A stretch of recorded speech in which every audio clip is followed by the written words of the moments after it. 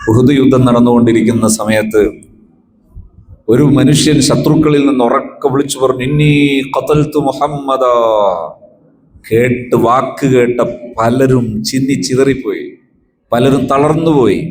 ആ സമയത്ത് പലരും പല ഭാഗങ്ങളിലായി പോയപ്പോ നബിതങ്ങളുടെ കൂടെ ബാക്കിയായത് 11 പേര് മാത്രം. അതിൽ 10 പേരും അൻസ്വാരികൾ, മദീനക്കാർ.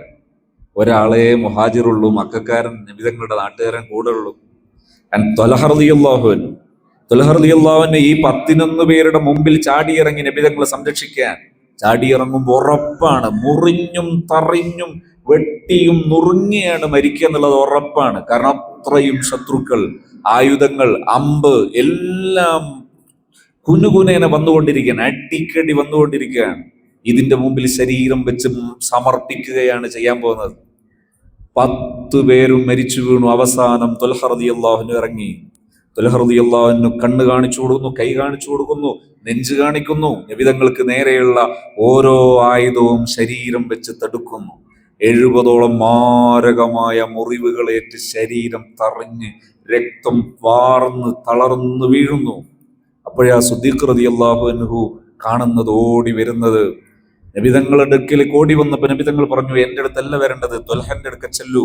ബാക്കിയുള്ളവരൊക്കെ മരിച്ചുപോയി, ത്വൽഹയും മരിച്ചു എന്നാ തോന്നുന്നത്. എടുത്തുകൊണ്ടുവന്ന് പരിചരിച്ചു.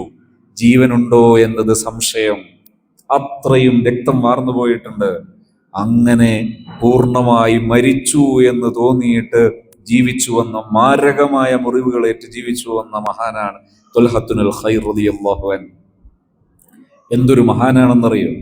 സമ്പത്ത് യഥേഷ്ടമുണ്ടായിട്ട് എല്ലാ സമ്പത്തും എത്ര വന്നാലും കൊടുത്തു തീർക്കണം.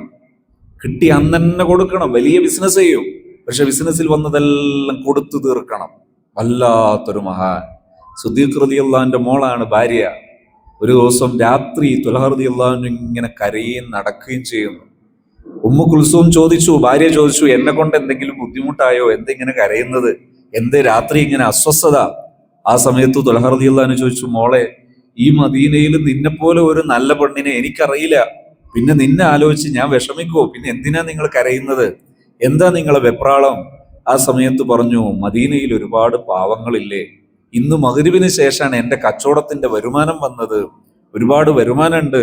അതെന്റെ വീട്ടിൽ വെച്ച് ഞാനിങ്ങനെ കിടക്കുമ്പോ ഈ മദീനയിൽ മുഹമ്മദ് നബി സല്ലല്ലാഹു അലൈഹി വസല്ലം തങ്ങളുടെ ഉമ്മത്തിൽപ്പെട്ടവർ വിഷമിച്ചിരിക്കുമ്പോ എന്റെ സ്വത്തും കൊണ്ട് ഞാനിവിടെ ഇങ്ങനെ ഇരുന്നാൽ അതൊരു മോശമായി പോവെന്ന് ആലോചിച്ചിട്ട് സ്വസ്ഥത കിട്ടുന്നില്ല. ഉമ്മു